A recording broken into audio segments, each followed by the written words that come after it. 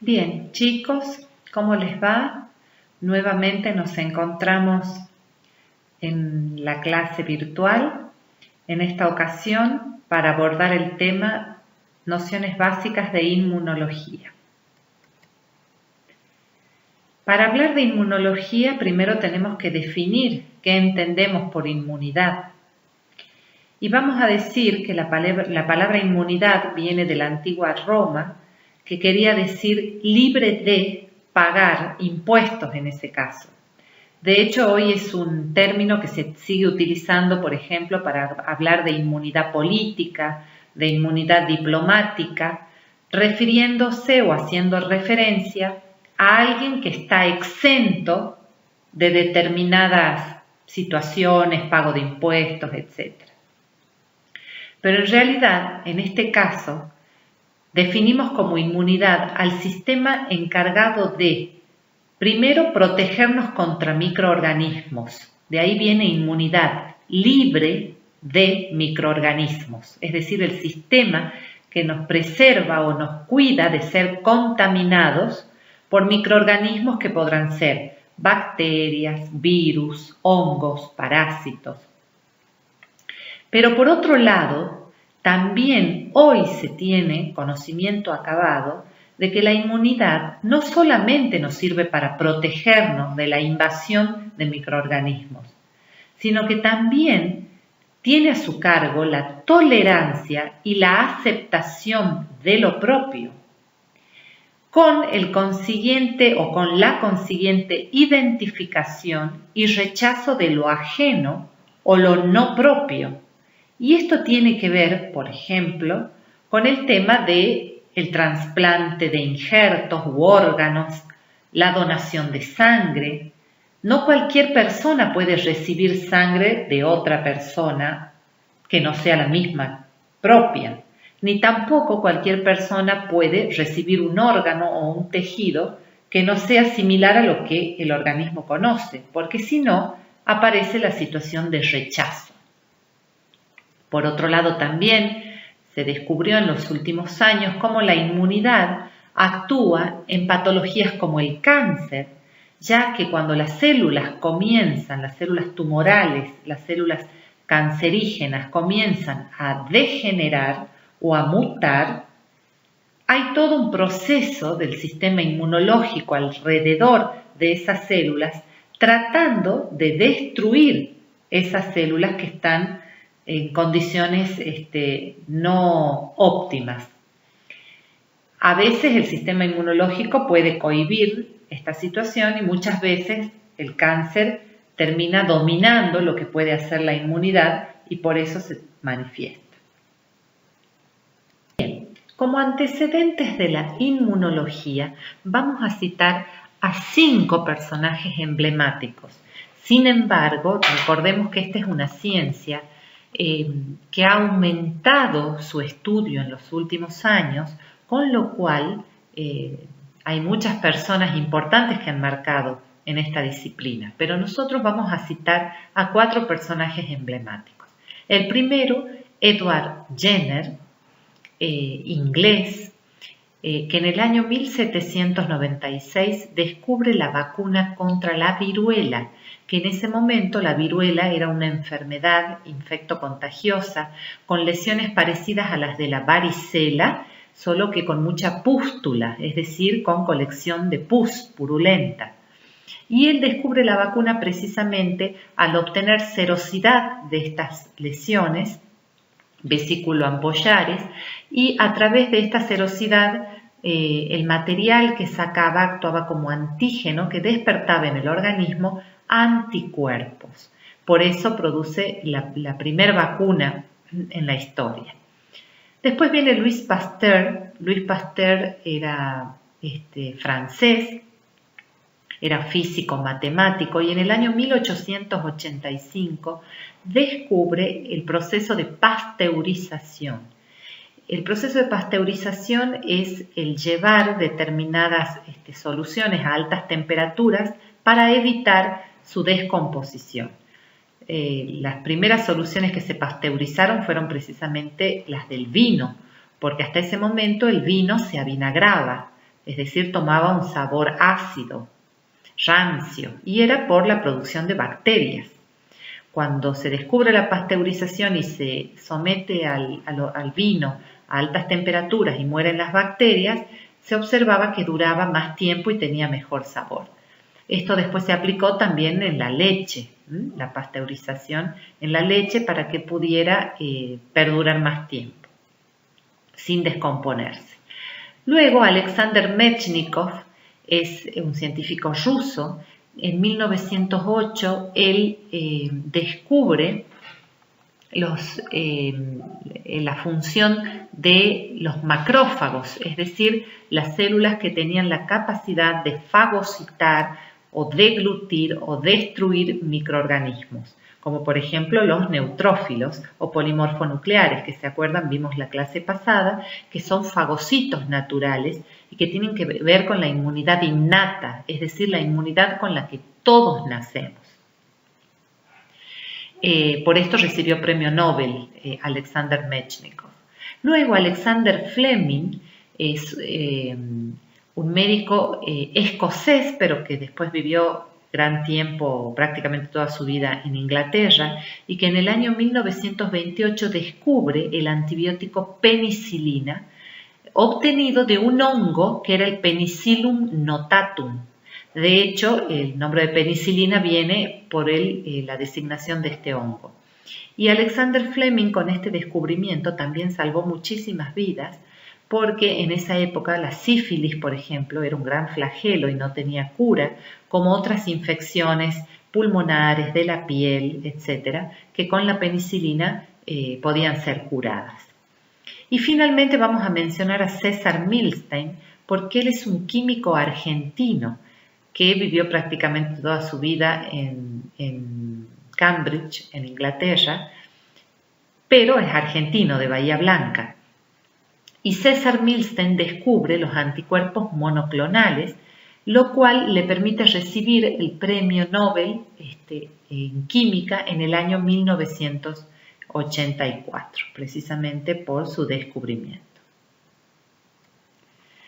Bien, ahora vamos a hablar de cómo se conforma el sistema inmune o linfático. Este sistema inmune o linfático está conformado por 4 componentes: células, denominadas células de la inmunidad, tejidos y órganos, que pueden ser primarios o secundarios, vasos linfáticos y la linfa. Entonces vamos a ir abordando cada uno de estos 4 componentes.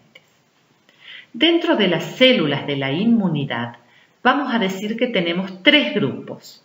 La serie linfoide, es decir, que viene de los linfocitos, dentro de los glóbulos blancos linfocitos.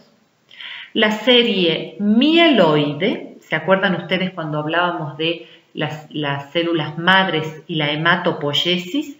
Cómo a partir de una célula madre se iban diferenciando las células linfoides, mieloides, etc.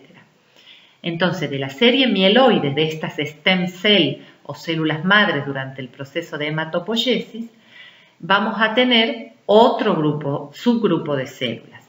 Y finalmente las células accesorias, que son consideradas células presentadoras de antígeno. De ahí vienen estas siglas que ven acá. CPA quiere decir células presentadoras de antígenos.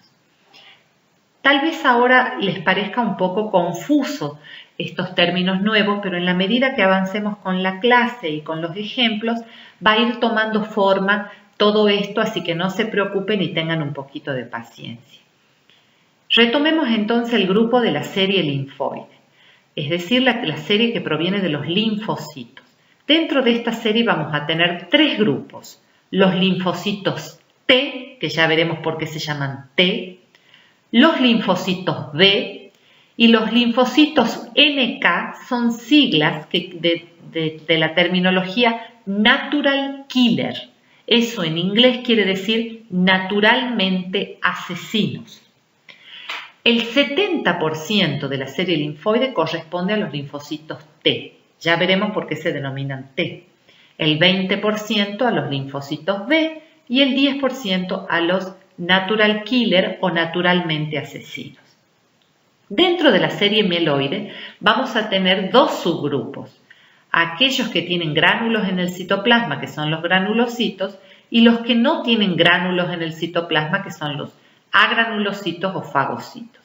Dentro de los granulocitos tenemos los polimorfonucleares o neutrófilos, que son los primeros que llegan al sitio de una lesión o herida y que también tienen este poder de fagocitosis o de ser macrófagos.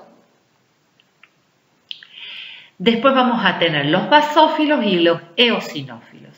Y dentro de los agranulocitos o fagocitos propiamente dicho tendremos los monocitos y macrófagos. Las células accesorias o células presentadoras de antígenos van a ser los queratinocitos, que son las células de la piel, específicamente de la epidermis, la capa más superficial de la piel, las células endoteliales, que son las que recubren internamente los vasos sanguíneos, las plaquetas, que son las células que vimos en la sangre que tenían que ver con la hemostasia y la coagulación, y finalmente los mastocitos, que también son células que tienen gránulos en su citoplasma.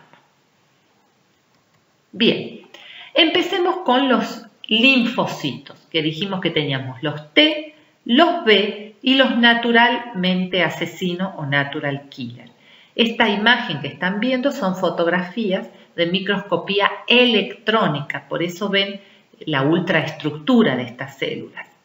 ¿Por qué se llaman linfocitos T, los T, y B, los B?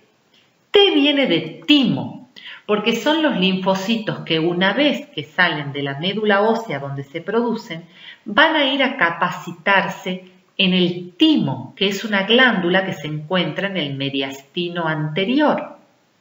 El mediastino anterior está en el tórax, en la parte superior y anterior del tórax.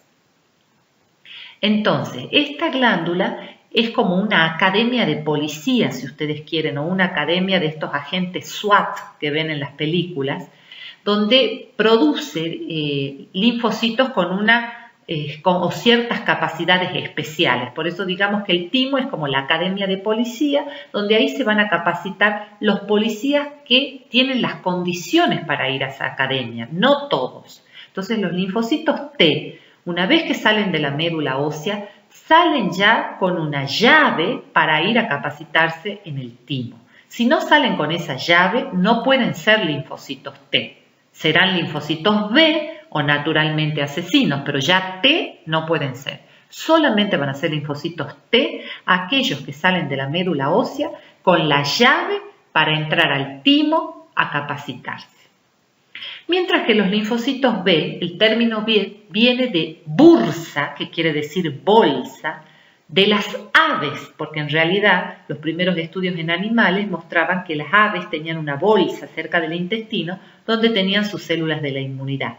De ahí, de esta bursa o bolsa, quedó el término B, pero no tiene nada que ver con el humano. Simplemente se le puso B para diferenciarlo del linfocito T, que es el que pasa por el timo.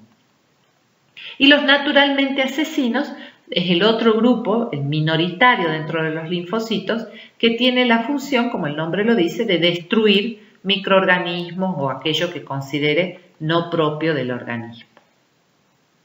Bien, este frotis de sangre lo vimos la clase pasada cuando vimos sangre. Ahí vemos los glóbulos rojos, que son millones, por eso tenemos en mayor cantidad, y los glóbulos blancos, donde estaban los linfocitos, que tenían la característica de tener su citoplasma sin gránulos y con un núcleo que ocupaba prácticamente toda la célula. El monocito, que tenía esta forma arriñonada, el núcleo, y también ocupaba gran parte de la célula y sin gránulos en su citoplasma. Estos eran los dos que no tenían gránulos en el citoplasma. Y después teníamos los granulocitos, que eran los polimorfonucleares o neutrófilos, los eosinófilos y los basófilos. ¿Recuerdan? Las células presentadoras de antígenos son aquellas precisamente que van a presentar a la inmunidad las moléculas que tengan capacidad de despertar respuesta inmunológica. Esas moléculas son denominadas antígenos. Ya les voy a dar un ejemplo y me parece que con eso va a resultar más fácil la interpretación